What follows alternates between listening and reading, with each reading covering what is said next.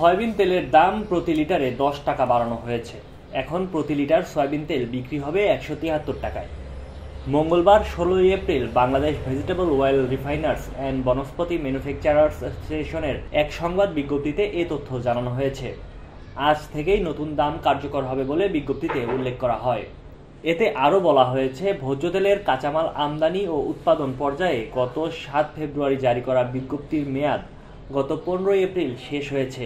এ কারণে 16 এপ্রিল থেকে বাজারে ভোজ্য তেল অর্থাৎ পরিশোধিত পাম অয়েল এবং পরিশোধিত সয়াবিন তেল ভ্যাট অব্যাহতি ছাড়াই আগের দামে সরবরাহ করা হবে।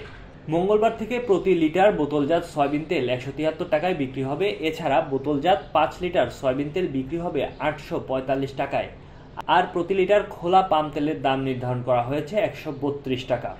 এদিকে একই দিনে রিপোর্টার্স ইউনিটিতে এক সংবাদ সম্মেলনে বাণিজ্য প্রতিমন্ত্রী হাসানুল ইসলাম টিটু বলেন, সয়াবিন তেলের দাম সমন্বয় করা হবে, তবে সয়াবিন তেলের পূর্বের দামে ফিরে যাওয়ার সুযোগ নেই।